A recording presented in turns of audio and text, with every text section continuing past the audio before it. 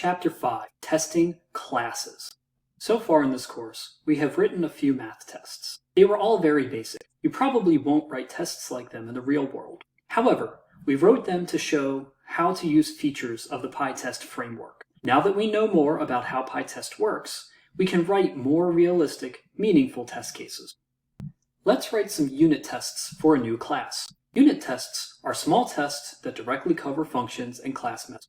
More generally, they cover units of work. If Python classes are new for you, please take some time to learn about it before attempting this chapter. The transcript will contain a link to a tutorial about Python classes. To write unit tests, we first need to create a new Python package and module.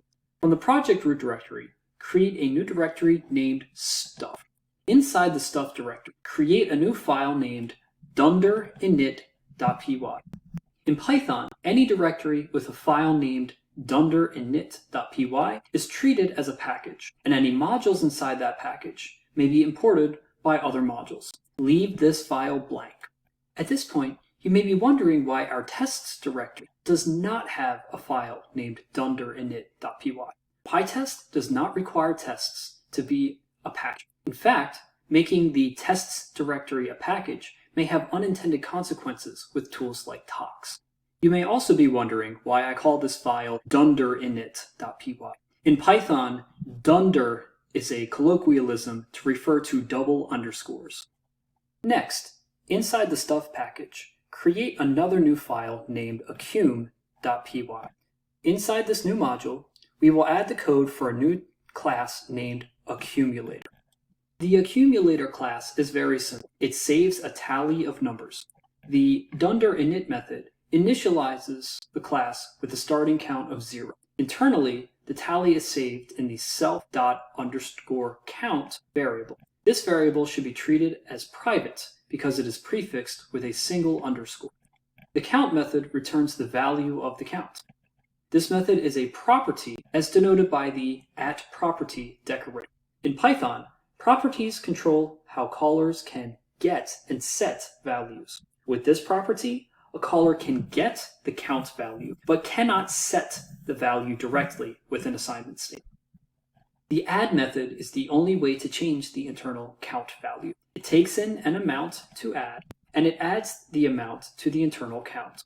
By default, the amount to add is 1, but the value may be overridden.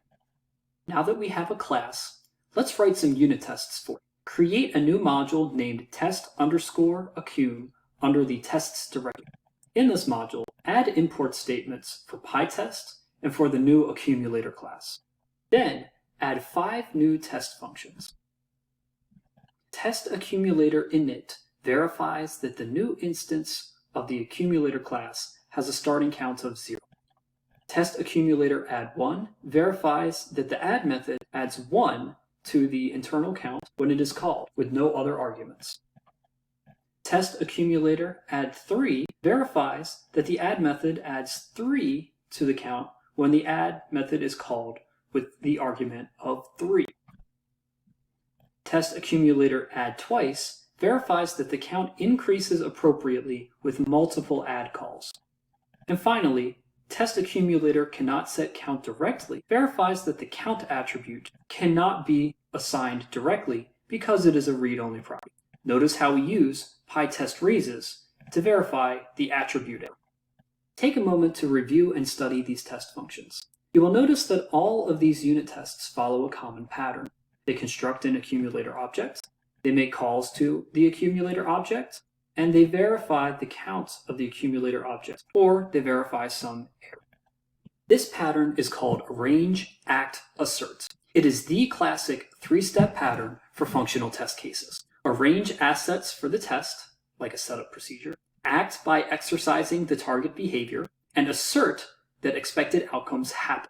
Remember this pattern whenever you write test cases. Following this pattern will keep your tests simple, focused, and valuable. It will also help you separate tests by unique behaviors. Notice how none of our tests take any more act steps after their assert steps.